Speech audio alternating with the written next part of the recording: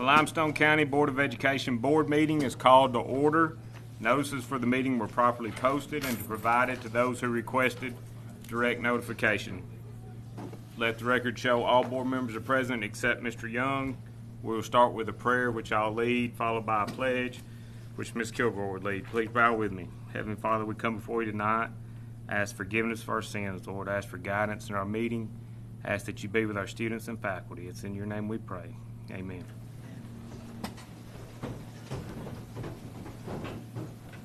I pledge allegiance to the flag of the United States of America and to the republic for which it stands, one nation under God, indivisible, with liberty and justice for all.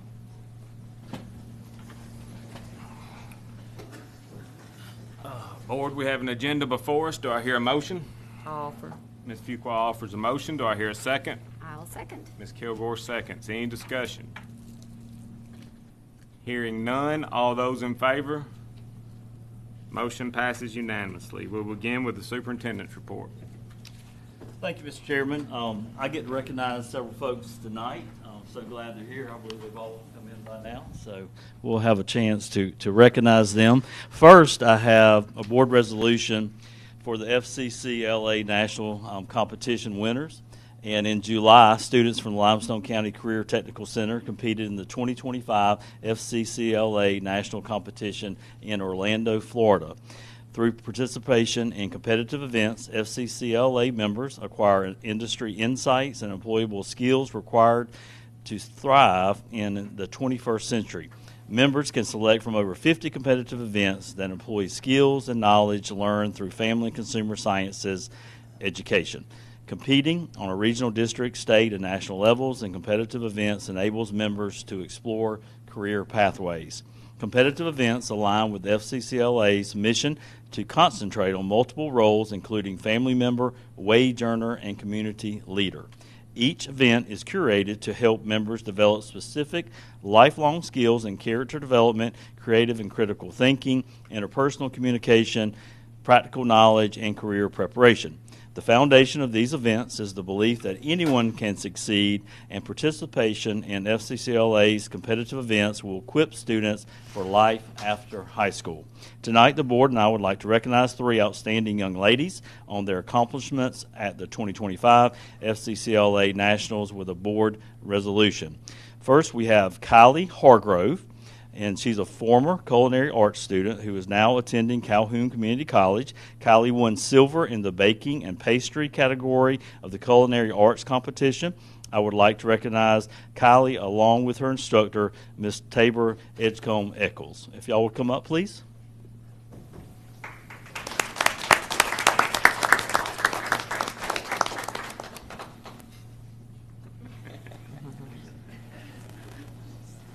Of course, this is the board resolution, and it talks about, whereas the Limestone County Board of Education and the Superintendent of Education recognize you for your accomplishments. I won't read the whole resolution, but you can certainly put that on your wall, and we're certainly proud of you as one of our students and proud of the instructor as well for helping her lead her in this process.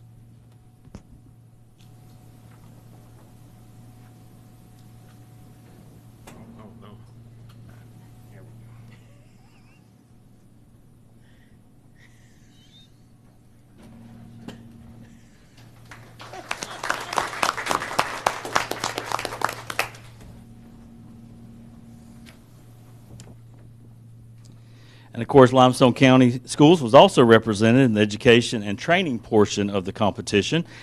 Addison Barnett, a senior at Ardmore High School, and the CTC brought home a gold medal in the job interview skills category. And I would like for Addison to come forward along with her instructor, Ms. Virginia Koken Lovett.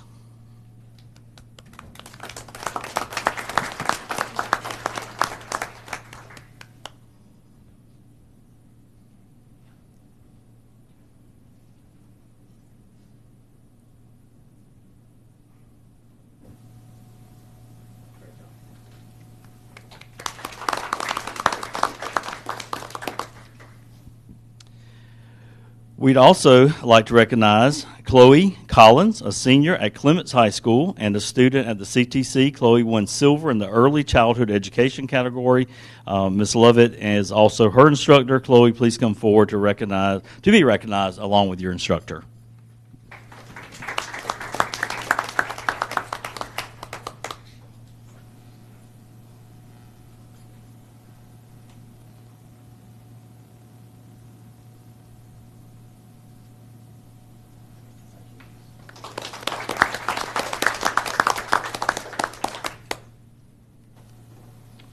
We certainly appreciate everyone's dedication. Thank you for taking our students to give them an opportunity to compete. I think it certainly prepares them to be great citizens as they leave our school system. So thank you so much. Okay, next we have a resolution to recognize Deputy Jason Pendergrass. He's in the back there. And so when I was writing this board resolution, and of course, over the years since I've been here, I've heard lots of stories about Deputy Pendergrass. Most probably aren't true, but I just kind of ignored those and just passed those along as being untrue. But I wasn't quite sure what name to put down because he's known as lots of different folks over at Elkmont. Of course, there's Deputy Pendergrass, which, that's a respectful name. But, of course, there's also JP, which a lot of students, we went back and watched the interview of some of the students, and, they referred to him as JP. They had a really good relationship with him, and they felt like really he was one of them. And it's nice that students have that faith and confidence in our SRO officers in our school system because it's someone they can rely on, someone they can talk to, someone they can count on. But he was also known as Deputy Pickles or Mr. Pickles because, sometimes elementary kids have a hard time with Pendergrass. So Pendergrass and Pickles kind of sounds a little similar maybe. Apparently, the endearing nickname of Mr. Pickles came from when he was coaching baseball several years ago, and a little girl couldn't pronounce Pendergrass. There may be others if you would like to share them with me after the meeting. Do you have any other names that someone's called? Yeah. We know Mr. Tribble worked with him for quite some time, so he probably does have some other names out there. From selling snacks to coaching sports to making positive phone calls, and sometimes not so positive phone calls to parents, to even working in the school cafeteria. Mr. Pendergrass, Deputy Pendergrass' presence impacts everyone around him. I also understand you do a great Forrest Gump impression. Would you like to do that? Okay, I got it. Just checking. We have a stage up here. You can.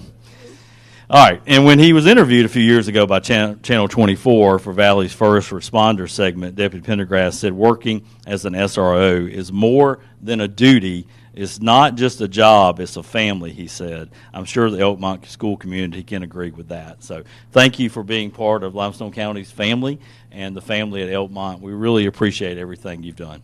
You can come forward.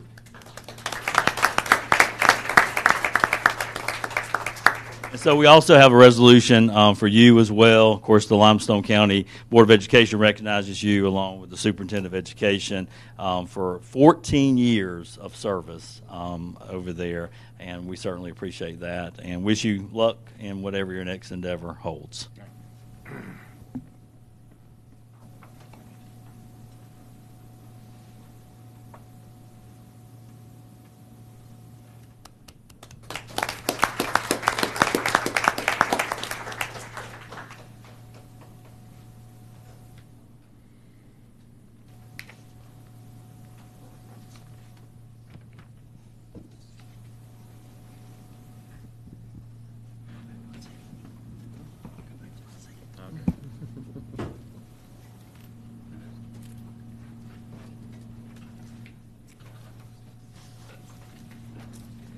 Order.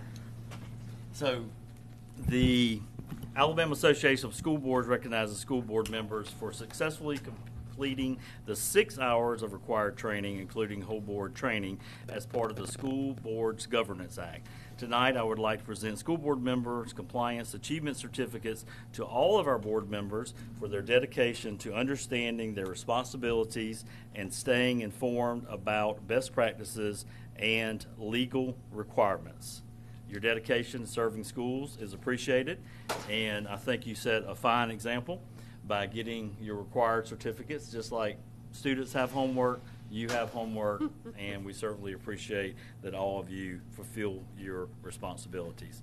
Ronald Christ, Ms. Fuqua, Dr. Herring, Anthony Hilliard, Greta Kilgore, Belinda Maples, and Mr. Young is not here. We'll save his.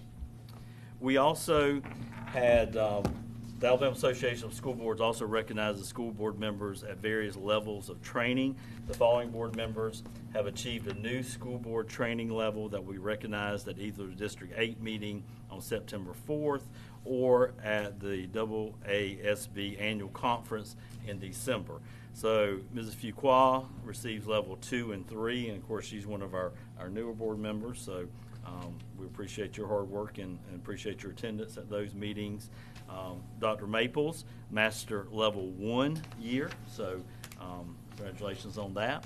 And then Mr. Hilliard is receiving the Master Honor Roll, and we certainly appreciate your dedication to the school board as well. So congratulations to our school board. Thank you for meeting your requirements and exceeding your requirements as far as training in the state of Alabama. Still up, right? Still your heading. Okay. Still under report. I do want to share some things just about the state of Alabama, as well as us looking at a little bit different way at some of our scores. One of the things I wanted to share, because many of our schools participate in the NAEP assessment. It's totally random which schools in our district are chosen. This is a test that's given to fourth graders in reading and math across the entire nation. Some year, I think the last year it was given was 2024. It's given every other year in the United States. I believe the last time we were given it in 24, we had 3 schools that were chosen to participate in certain grade levels.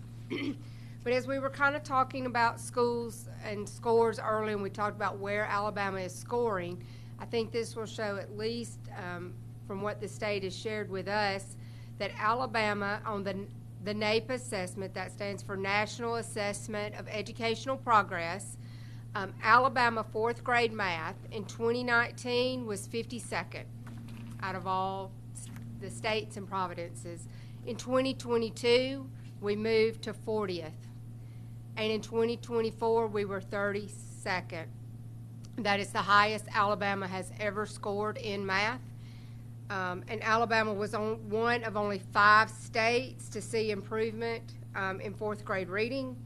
Only Louisiana had higher gains than Alabama in reading. And Alabama was actually the only state out of all states tested that actually showed improvement in reading and math. When we look at reading, back in 2019, Alabama was 49th. In 22, Alabama moved to 39th. And in 2024, which was the latest testing, Alabama moved to number 34. So as we see some of our math scores, not where we necessarily want them to be, but I think it does show that our tests are very rigorous in comparison to the national average. And so just wanted to kind of share some of those highlights from the state based on the NAEP. One of the other things that they've noticed on the NAEP testing, as well as ACT, on the NAEP they noticed that overall the state of Alabama has really closed the gap with different racial and ethnic groups. As far as the Black and Hispanic population, those gaps have gotten much smaller, as well as on ACT, the improvement that they saw across the state was the gap between our all students and our poverty students, our students who are economically disadvantaged. That gap is closing, and I think that's why it's so important that we are able to offer ACT prep and things like that for our students on to college that we offer, because not all families can afford those extra ACT prep classes. And so I think being able to offer those types of enrichment activities for our students is very important as we continue to want to improve our scores. As Dr. Strauss mentioned earlier, when he was talking about the state really, when he goes to meetings, they're really looking at levels 2, 3, and 4, that we do know that those students, level 2, even on our report card, we get a half a point for those. Those are our students who are able to work successfully. You know, they're sufficient. We want everybody to be proficient because we want them to know those standards backwards and forwards. But I thought we might want to look at where we are compared to the state when we're looking at our brick and mortar schools compared to the state when we're looking at levels 2, 3, and 4. And so if you look at second grade, we are still slightly below if we look at levels 2, 3, and 4 in ELA. And you would be able to see that on that very first report that's in your ACAP in that report. But I'm without Alabama Connections, with just our brick and mortar schools, we were at 86%, where the state of Alabama is 88%, so we're slightly lower there.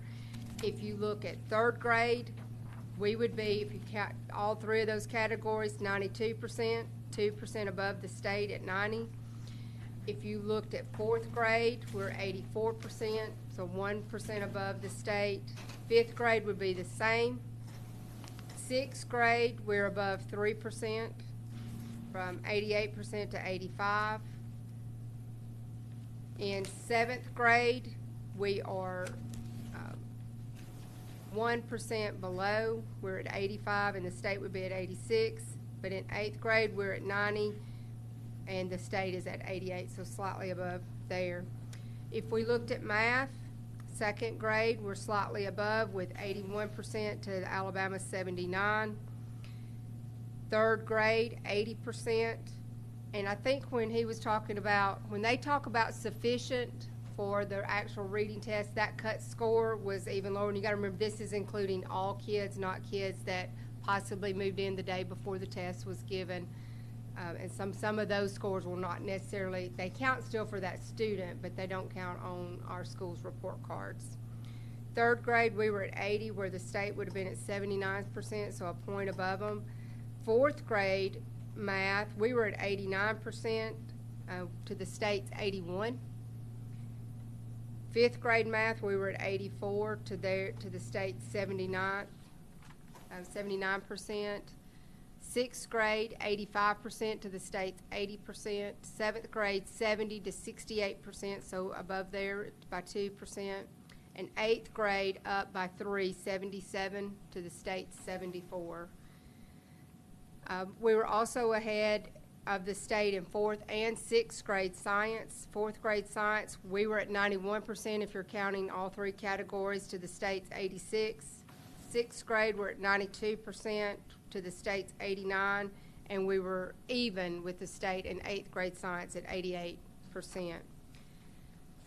And then the one thing that I wanted to share about our ACT scores, when you look at Alabama's, when you look at Limestone County, when we're just looking at our brick and mortar schools, you can see that every, as a district, that's that very bottom line on the ACT report, that we improved in every area when you look at our brick and mortar schools. So I think the things that our schools put in place really did have an impact this past year to raise those scores. Sometimes it's just 1/10 of a point, but if you've ever taken the ACT multiple times, sometimes getting that, just moving up a point two sometimes can be very difficult. And so we were excited to see that those scores rose for overall our entire district in every category.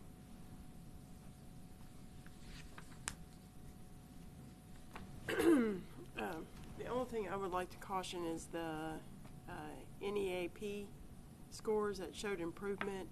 Our scores were basically the same. It's just the rest of the country sharply declined because of COVID. And we maintained because we didn't close as much as the rest of the country.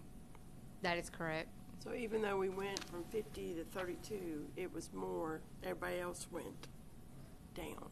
How'd we score higher in 24? That's where our best score was in 24, right? Well, they have to catch up. we got ahead That's of them where and we stayed ahead of ranked them. overall when the testing took place. That's where the state of Alabama ranked. Because our scores were pretty much 262, and they were basically the same as what they have been. It is just the rest of the nation has gone down so much. I'm all about beating them. Let's go. I'm not for LSU being ahead of us. Come on. Whatever that was. I did hear that. Yeah, I heard that. We also led the nation in the lowest chronic absenteeism rate in the nation, which Holy was very cow. surprising. We don't feel because really good about That that. is but shocking. We compared feel to like our others, chronic I know. absenteeism Holy is high, cow. but we Yeah. actually led the nation in that as well for the lowest chronic absenteeism, Yeah. and so. Interesting. Kids The somewhere state's, showing up. the state's doing a push for us to even lower it even more. They're really Yes. wanting us to try to lower it by another 50%, so. Wow. Any other questions from the board, comments? Hearing none. Are you scrolling rolling? I got one Oh, more. okay. Yep. So I do want to share with the board some information about enrollment, and if you, in your packet, you should have one that says 8/6/2025, and then one that says also 2024. You can actually compare the years, but I'll just run briefly through these because what I did is look at day 5 enrollment compared to day 5 last year. And so Ardmore High School actually dropped by 27 students on day 5 compared to day 5. Blue Springs dropped by 11. Cedar Hill gained 25. Clements High School lost 6. Creekside Elementary School only gained 4. So their growth has slowed a little there. Creekside Primary School gained 7. East Limestone High School was the only high school that gained students. They did gain 6 students. Oakmont Elementary School gained 12. Oakmont High School lost 14. Johnson gained a lot of students. They gained 45 students. And so they're certainly growing there. And they also have a large number of pre-K students there as well, because I believe they've got right around 6 classes. So that adds a lot of students to Johnson as well. That's not included on these numbers. And then Sugar Creek lost 11. Tanner Elementary gained 1. Tanner High School lost 18. West Limestone lost 3. So we basically had a net gain of 10 students. Kind of the trend we saw last year where our high schools are losing students, but the elementary schools are gaining students. And I did look at where folks are transferring. A lot are going to virtual schools. There's some home schools. There's some transferring to private schools. But there's a lot that are transferring out to virtual schools from our high schools. What percentage? I don't have the percentage, but, you know, in some cases you have, and I don't know, it's probably 40-something students transferred to a virtual school from our high schools last year. So, you know, pretty big percentage. We had some high schools, you know, you've got kids like East Limestone, for example, they lost 80-something students, but then they had a net gain because they had that many students coming in as well, which kind of tells you a little bit about, I think, growth in the area. But you've got a lot of folks moving within the state, within the area, but there is a large number attending, you know, virtual schools as well, or even homeschool. So that's day 5. We'll look at it again probably after Labor Day. You know, that's kind of a big milestone where a lot of kids may be moving in from northern states, and, you know, school is, they anticipate school starting a little later, even though we did start earlier than that. But we'll look at it again to see what those numbers look like going into the fall count in October.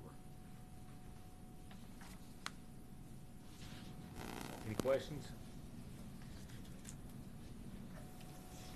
Ms. My Hubbard? turn? Yes, ma'am. Okay, we're gonna look at June tonight for our financial report. So that's the 9th month of the fiscal year, 75% of the way through. If you look at our local sources of revenue, we're at 83%. And I'll just say, of that 83%, we've really collected another little over $2 million in sales tax that, because of the lawsuit pending, I've had to move over. until we can reallocate at the end of the year. So it's about almost 28 million that we've received in revenue this year. If you look at expenses, we're slightly under 75%. We're right there, but we're still, when you're talking about that many dollars, that's a lot. If you look at our fund balance, because I did have to move a little over $2 million over, we're sitting at 48.9 million, which is still 4 months fund balance. We've put $4.5 million in sales tax in the capital projects fund already this year. And our money market interest, we're still getting a little over $255,000 a month, and we're a little over $2 million in interest income on just our money market account this year. So if you do look at my general fund analysis, you'll see that this month that we dip down just a little bit like we have every year, and but not quite as much because we're having to move money over because we've hit the floor on the sales tax piece. Y'all have any questions? Questions? Anyone? No, sir. Pretty short agenda tonight, but would y'all like for me to take a break so those of you that may want to go home, y'all can? Escape. I'll take a few minute break. We're not asking anyone to leave. Everyone's welcome. Yeah. It always disappoints me when they jump up.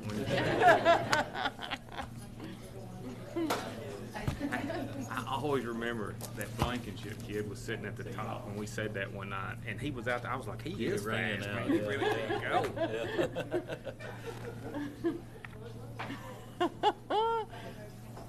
Oh, Reed. Yeah. He's also very tall. But I know it's time to go. That was worth it. That was worth it. Okay. Item number 6, our consent agenda. Do I hear a motion? Motion. Dr. Herring, did you offer a motion? Yes, sir, I did. Do I hear a second? I'll second. Mr. Hilliard seconds. Any discussion? I need to abstain from 7I3. 7I3. I got a few questions. And I'm sorry, I just wrote down the numbers, but 6D, 1, 2, and 3, the funding source is not listed in our backup documentation. Can somebody tell me what that is?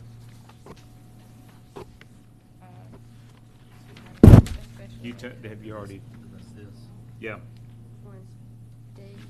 4, it was listed, and I can't remember what it was, but 1, 2, and 3, it is not listed. That's special. Yeah, it's contracted services through special education. You remember you had the backup because you weren't sure if one of those agencies. So the funding source of that is special education. Special education funds. I thought you said B instead of D. Yeah, yeah. It's D. Okay, 6F3B, which I think is playground equipment. Is that part of the previous playground equipment we approved, or is this new playground equipment we're approving? It's a new piece. Several of us wrote a grant for the pre-K playground, so the playgrounds y'all are working on, or that y'all have approved were the elementary playgrounds, but not those preschool ones. And so there was a special ed innovative pre-K grant, and so we wrote it for a piece. So it's a sway fund glider that allows students, we have approximately 6 students. It's a sway, it's a what? Called a sway fun glider. Glider, okay. On the back of, can they see the back of? There's a picture on the very last page, but it's a, if you've been to Tanner has one on their inclusive pre-K playground. But anyway, it's a piece where students in wheelchairs along with students who do not have any disabilities can be on, and they pull on it and it sways back and forth. But it can have adults on it if they need to be in there with the ones in wheelchairs, but it's just an inclusive piece, playground piece of equipment, but it's all grant funded. So we got $50,000, and so I think the quote was $1.03 less than the actual grant. So Okay. And is there a 7A2 and a 7B1 and 2? Is that also on the consent agenda? Yes. Yes. Why are all those down? Nothing ever goes down. They're renewable, and the costs from last year to this year are listed, and at least one of them's down dramatically. 7 is a new position. No, I'm sorry. I probably can't read my handwriting. I told you I wasn't prepared when I was writing this right at the end. But there's three positions, three things we voted on the consent agenda that, and they were all less money. Not complaining, just like to understand if we're getting less of something. One of them, the Ingenuity contract. It may I be. think that's a big one. We took off middle school. We've not been using 6, 7, and 8. So we've taken them completely off because we are ready for summer school and we've had them included in the number. So we adjusted the number. So that's why the $40,000 difference in the price. We took 6, 7, and 8 completely out of that. There was also a slight. I appreciate that. That's not what I was referring to. Is was, it accelerated reader in mine? there we go. Okay.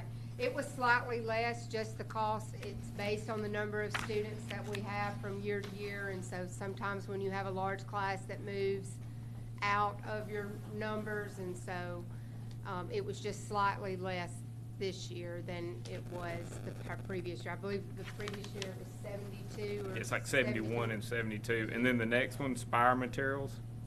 B and C are both, we're just buying additional material. The previous, we were buying larger amounts, we're just buying additional. So that's probably my real question. Are we comparing apples to apples when we list those two numbers? You see what I'm saying? If previous cost was 25 and current cost is 18, am I looking at the same purchase? Because it sounds like you're saying no. Not the same amount of materials. So for Then those shouldn't be the previous So for cost. Benchmark Advance, we have that same price for 6 years because it's an adopted material. And so these are more fill-ins that where we have an additional unit at a school. And so we did not have enough teacher materials, so we had to order additional materials. Spire is one of our intervention programs, and so it just differs from year to year how many we have left at the warehouse to be able to meet the needs of how many have been ordered from the school. And then what about the additional Benchmark Advanced materials? Dramatically less. So That's the same, we just needed additional, because we didn't have enough. And what's the funding source for that? textbooks, state textbook funds. It's our adopted reading program. Okay. So when you get on that BARF form where it says district agreements, purchases, renewals, and other items, like there's 2 rows right there. And judging by some of the other stuff on here, you get to choose what shows up. Is that how that works? So we really need it to be checked on both lines, right? It's a purchase, but it also comes from a funding source that needs to be the next line. Am I understanding? Because some of these have two checked. See it? Some, if you look at, like this one has 2. You see? Yeah. Tells you what the funding source Right. was. That's just, it doesn't have the funding source is what you're saying. on this. Right. Right. I gotcha. Like this one doesn't either, but we asked that a minute ago. Right, right. Okay. I'm all good with this one. We'll try to be more careful. I just, anyway, thank you. Any other questions? Hearing none, all those in favor? Motion passes unanimously. Are we on 7? Item number 7. Discussion approval of personnel actions. Do I hear a motion? I'll offer. Ms. Kilgore offers a motion. Do I hear a second? I will second. Dr. Maples seconds. Any discussion? Hearing none. All those in favor? Motion passes unanimously. Item 8, resolution on physical education scheduling for grades 6 through 8. Do I hear a motion? I'll offer. Mr. Hilliard offers a motion. Do I hear a second? I will second. Dr. Maples seconds. Any discussion? Is this gonna be the presidential fitness? incorporated. No, we're saying we're giving them less PE. We're giving them less PE. They're not. Well, He doesn't want you to say that. so. more time, maybe. You can dress out 10 minutes and have more time out on the floor. But just every other day. You're gonna go every other day because of AD block. Because of that, yeah. I don't like this. I don't. I needed PE. I still do. Any other discussion? Hearing none. All those in favor? Motion passes unanimously. Item 9, fiscal year 2025 budget amendment. Do I hear a motion? I'll offer. Ms. Fuqua offers a motion. Do I hear a second? Anyone? I'll second. I'm Any gonna ask you, discussion? What's the amendment? I'm fixing to tell you There we about go. it. Okay, every year we have to do an amendment before the end of the fiscal year. In that amendment, we have to go back and we have to add any of the additional grants that the state gives us. And then we have to add those expenditures. The big thing we have to increase it for is the advancement in technology funds. So the general fund would go up. What happens is we get the revenue now, we spend it next fiscal year. So if you look at the general fund, it's an increase of $3 million. If you look at the capital projects fund, it's $13.8 million because they approved our application for what we sent in. If you look in our special revenue fund, that's where our federal funds sit. We have carryover every year. We have to go back and we have to add the carryover and add the expenditures for that. And then during the year also, we got our lieutenant governor's grant. I had to add that to capital projects. And then during the year, we'll have some projects that we start based on our capital plan. And we have that Ardmore Elkmont paving project. You know, we did the Tanner High School and elementary. We've worked on those renovations. We've had some architect fees. So I have to go back and budget for that. So it's not anything that hasn't been approved by you guys, or it's not additional money given to us from the state. And then we have to adjust. What happens is when like FY24, let's get in the right fiscal year, FY24 financial statements were approved, the ending balance on those becomes our beginning balance in FY25. So I have to go back and adjust those beginning balances and update those for the actual balances. Lord, I had to ask. Yeah. The advancement in technology money is additional money though, right? It is additional money, and you see it go in FY25 as revenue. We'll spend that money in FY26. Yeah, that's the big spike that we That's the see big from spike last that you year's see, that I'm absolutely. looking forward to. That you're looking forward in to. a couple months. It was very, very nice that we got that pot of This money year. this year. But, and we've already put that's 13 million that's in the capital projects. We haven't put it in yet. It's part of this budget It's amendment? part of this budget amendment. Okay. We hadn't received the money yet. No, it was approved, and it will be there before the end of the fiscal year, so I have to go ahead and put it in. Once I got the approved application, it was emailed Yeah. to me, then I go ahead and add Yeah, it. we're amending a budget. We're not voting on the Not putting actuals. money, So I right. get it. It's just Yeah, a it's budget money that's gonna amendment. happen in the future. That's required by the state. Anybody questions? Anything? Everybody good? All those in favor of getting $13 million? 15, Huh? 13, 14, 15 million. 15 million. I'm all done. I'm sorry. I shouldn't have said what I Can we said. have two All in votes? favor of this motion? Motion passes unanimously. It's adjourned, right? That's next. Do I hear a motion to adjourn? Let's do it. Dr. Herring offers a motion enthusiastically. Do I hear a second? I'll second. All those in favor? Passes unanimously. Thank you, everybody.